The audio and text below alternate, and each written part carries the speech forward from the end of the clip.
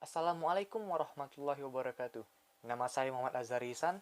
Saya dari kelas 11 IPA 5. Kali ini saya akan mengerjakan tugas SKI, yaitu tugas SKI keterampilan, yaitu menceritakan seorang tokoh, yang mana tokoh yang saya pilih adalah tokoh yang terkenal, yaitu Mehmet II atau Muhammad Al-Fatih, yang berhasil meruntuhkan tembok Konstantinopel.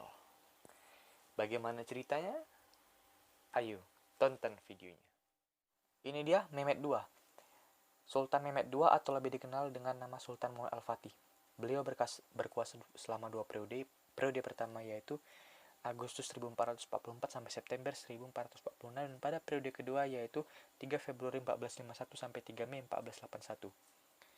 Sultan Muhammad Al-Fatih ini lahir di Edirne 30 Maret 1432 dan wafat 3 Mei 1481.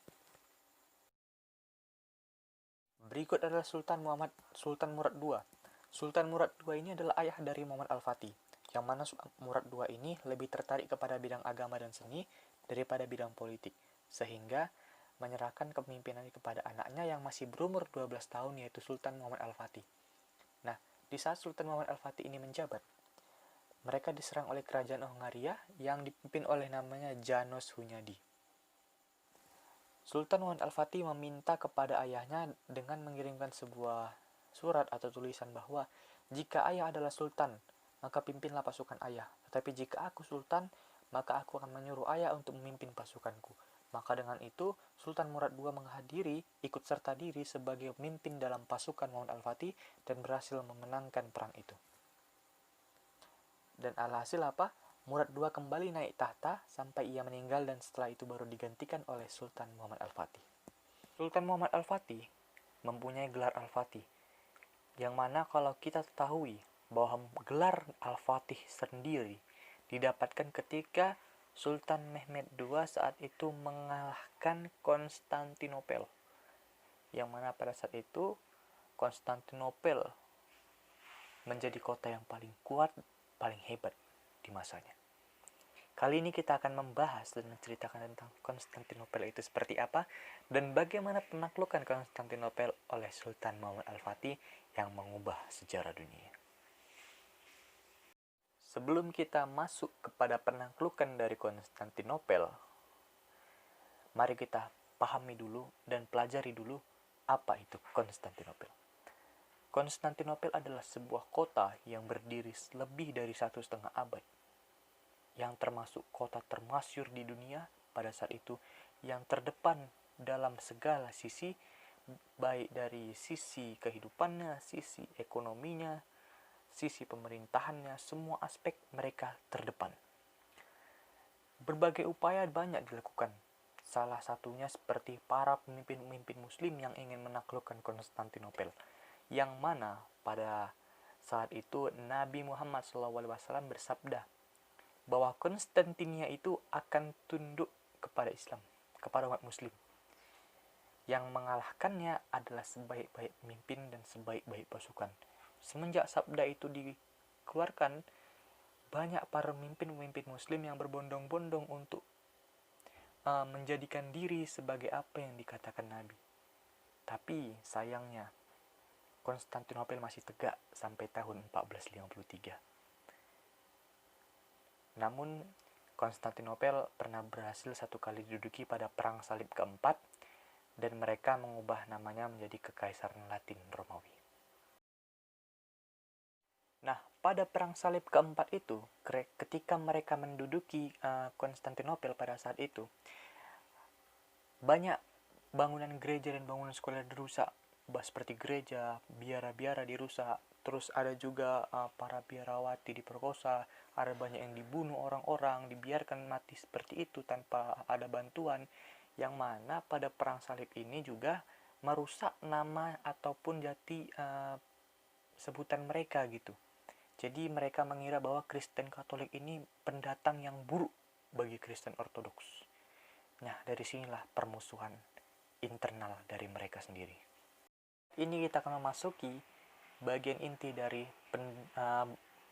kepemimpinan dari Sultan Muhammad Al-Fatih, yang mana dia mampu mengalahkan ataupun menundukkan Konstantinopel di masanya. Bagaimana cerita lengkapnya?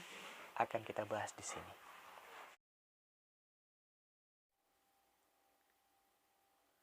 Saat Mehmed kembali naik tahta pada periode kedua, sebelum menaklukkan Konstantinopel, beliau ini pandai. Nah, beliau pada pemerintahan sebelum beliau atau 2 tahun sebelumnya itu telah berdiri namanya Benteng Anadolu Hisari yang dibangun oleh Sultan Beyazid I di Istanbul, Turki, di sisi Anatolia dari Selat Bosporus. Nah, beliau membangun lagi yang lebih besar namanya Benteng Anadolu Hisari. Bisa dilihat gambarnya, Benteng Anadolu Hisari. Ini adalah benteng yang merubah sejarah ataupun banyak sejarahnya di sini. Yang mana benteng ini bertujuan untuk mengendalikan kapal-kapal yang masuk dari luar. Nah, jadi kapal-kapal itu nanti bakal dipungut pajak yang mana menguntungkan oleh pihak Turki Utsmani. Setelah kita lihat, kita yakin bahwa Turki Utsmani sangat untung di sini. Tetapi ingat, ada penghalang terbesar bagi mereka dalam penaklukan Konstantinopel. Apa itu? Lihat di belakang saya. Tembok ini berdiri selama lebih dari 1,5 abad dengan tinggi 18 meter.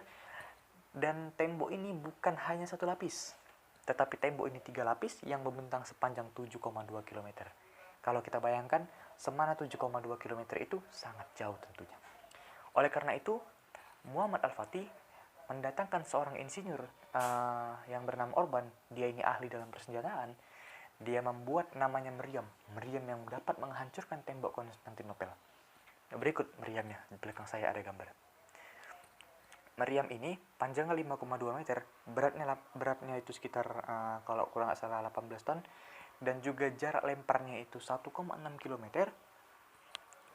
Ketika ditembakkan pelurunya, maka menancap di dalam tanah 2 meter. Dan ketika menancap, Muhammad Al-Fatih berkata, "Ini meriam sangat hebat, tetapi buatkan aku yang lebih besar." Oleh karena itu, di saat perang ingin mulai, maka Turki Utsmani membawa 69 meriam kecil dengan ukuran 3-4 meter dan satu meriam menengah yaitu dengan ukuran 5,2 meter dan satu ukuran yang paling besar yaitu 8,2 meter.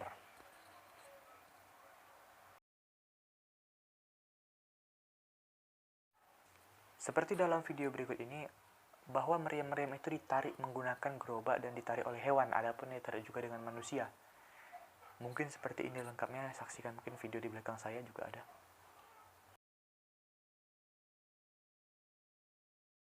Turki Utsmani pun pergi ke medan perang dengan membawa dengan total 69 meriam tadi dan satu meriam menengah dan satu lagi meriam besar, sejumlah 250.000 pasukan yang membentang sepanjang tembok yang total panjangnya itu sampai 7,2 km. Dan juga tak lupa Turki Utsmani juga menggunakan armada lautnya yang kuat yaitu dengan 400 kapal untuk menyerang dari Tanduk Emas dan juga dari Laut Marmara. Namun upaya ini gagal. Kenapa upaya ini gagal? Karena ternyata kapal-kapal yang digunakan oleh mereka itu ternyata lebih kecil dibanding yang digunakan oleh kapal dari Konstantinopel. Dan juga ternyata meriam-meriam yang dibuat oleh Urban tidak mampu menjeboli tembok Konstantinopel. Oleh karena itu, Sultan Muhammad Al-Fatih ini menggunakan strategi jitu, yang mana pada sahabat Nabi Muhammad dulu juga pada saat perang-perang sering menggunakan strategi jitu yang tidak disadari oleh musuh atau pihak lawan. Jadi strategi ini dengan menggunakan sisa kapal yang ada untuk ke pinggiran Selat Bosporus lalu diangkat dari Bukit Galata dan didaratkan kembali di Teluk Tanduk Emas. Ingat bro, ingat ada salah satu pasukan dari Turki Utsmani yang bilang kayak gini, "Wahai Sultan, Galata itu bukit, bukan tanah datar." Jadi Sultan bilang gini, "Jangan katakan padaku mustahil kalau kamu belum mencobanya." Ini kata-kata yang paling keren dari Sultan Al-Fatih. Sekali lagi saya bilang, jangan katakan itu mustahil kepadaku kalau kamu belum mencobanya. Oleh karena itu, dalam satu malam, lewat 72 kapal dari Selat Bosporus menuju Bukit Galata lalu menuju ke Teluk Tanduk Emas. Pada saat itu orang-orang Konstantinopel berteriak ketakutan karena tepat di belakang mereka kapal-kapal Turki Utsmani sudah siap menyerang mereka. Dan hari itu pun menjadi hari terakhir pengepungan bagi Sultan Muhammad Al-Fatih, yang mana dia bilang sendiri, "Wahai pasukanku, jika mungkin hari ini kita kalah, maka kita kalah untuk selamanya. Dan jika kali ini kita menang, maka kita menang dan mengubah sejarah." Hari itu bertepatan dengan hari Jumat, maka seluruh pasukan disuruh puasa, tidak ada yang berzina karena tidak boleh, dan juga mereka melaksanakan sholat Jumat sebagaimana Muhammad Al-Fatih dalam sholat Jumat dia berpidato juga, berkhutbah, yang mana khutbahnya terkenal juga, mungkin nanti bisa baca kalau ada waktu. Setelah itu mereka mempersiapkan semua persenjataannya untuk perang yang sangat besar pada hari itu. Alhasil apa?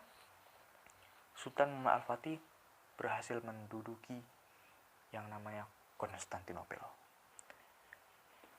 Beliau masuk bersama para orang-orang yang telah mendampinginya seperti pasukannya, mungkin Samsudin dan lain-lainnya, langsung masuk dan menuju ke Hagia Sophia-nya. Namun di dalam perjalanan sebelum memasuki kota Konstantinopel, Sultan Muhammad Al-Fatih bertemu dengan makam Abu Ayyub Al-Ansari, yang mana beliau adalah sahabat Nabi Muhammad yang meninggal dalam pengepungan pertama Konstantinopel tahun 674 sampai 678 Masehi. Dan juga Mehmed membangun namanya Masjid Ayyub Sultan, yang mana sebagai kenangan untuk menandai pentingnya penaklukan Konstantinopel dalam Islam dan pentingnya para Mehmed sebagai ghazi pada saat itu.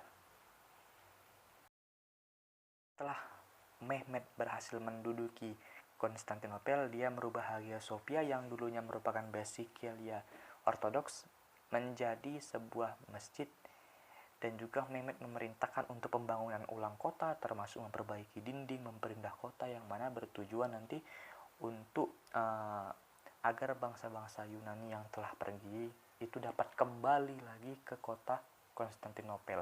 Jadi membuat bahwa Islam itu menerima apapun, corak agama apapun, adat istiadat, etnis, budaya untuk bergabung dalam Islam.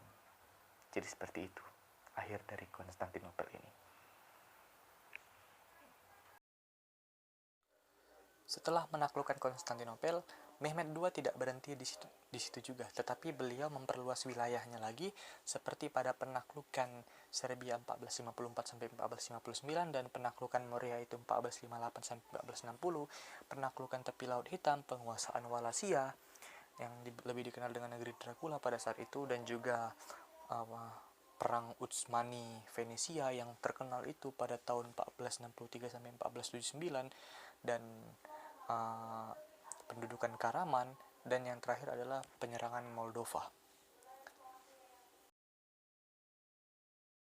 Berikut kita akan membahas tentang kebijakan dan kepribadian dari Mehmed atau Muhammad Al-Fatih. Nah, Muhammad Al-Fatih ini pada umur 21 tahun, dia sudah hafal sebanyak 26 bahasa.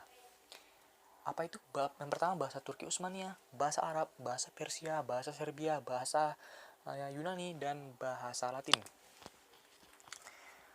Beliau juga merupakan seorang penyair ataupun penulis yang dikenal dengan nama Afni. Di dalam mengambil keputusan, Mehmed biasanya berkumpul dengan para petinggi-petinggi agama atau petinggi negara untuk membahas tentang keputusan-keputusan dalam pemerintahannya. Seperti misalnya untuk Mehmed mulai membangun universitas, mulai membangun yang namanya masjid seperti Masjid Fatih, mulai membangun air mancur, dan mulai membangun istana Topkapi pada saat itu juga. Nah, Mehmed itu memerintahkan di sekitar Masjid Al-Fatih itu, Masjid Fatih itu dibangun 8 madrasah pada saat itu.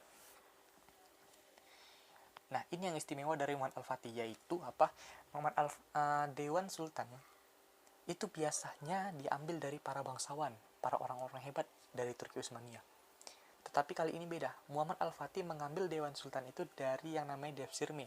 Apa itu Devshirme? Yaitu adalah pungutan pajak yang dibebani kepada umat non-muslim. Nah, Apa dia pungutan pajak itu? Ya udah itu tadi, mengambil orang-orang tertentu yang berbakat dan menyeleksinya untuk menjadi seorang dewan-dewan sultan.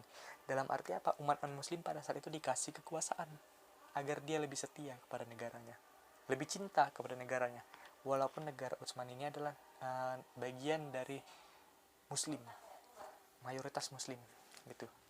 Dan juga dalam bidang keagamaan, Muhammad Al-Fatih tidak memaksakan kepada masyarakatnya untuk menganut agama Muslim Islam, tetapi mereka bebas menganut agama apapun dan mereka juga bebas untuk menjalankan aktivitas keagamaannya.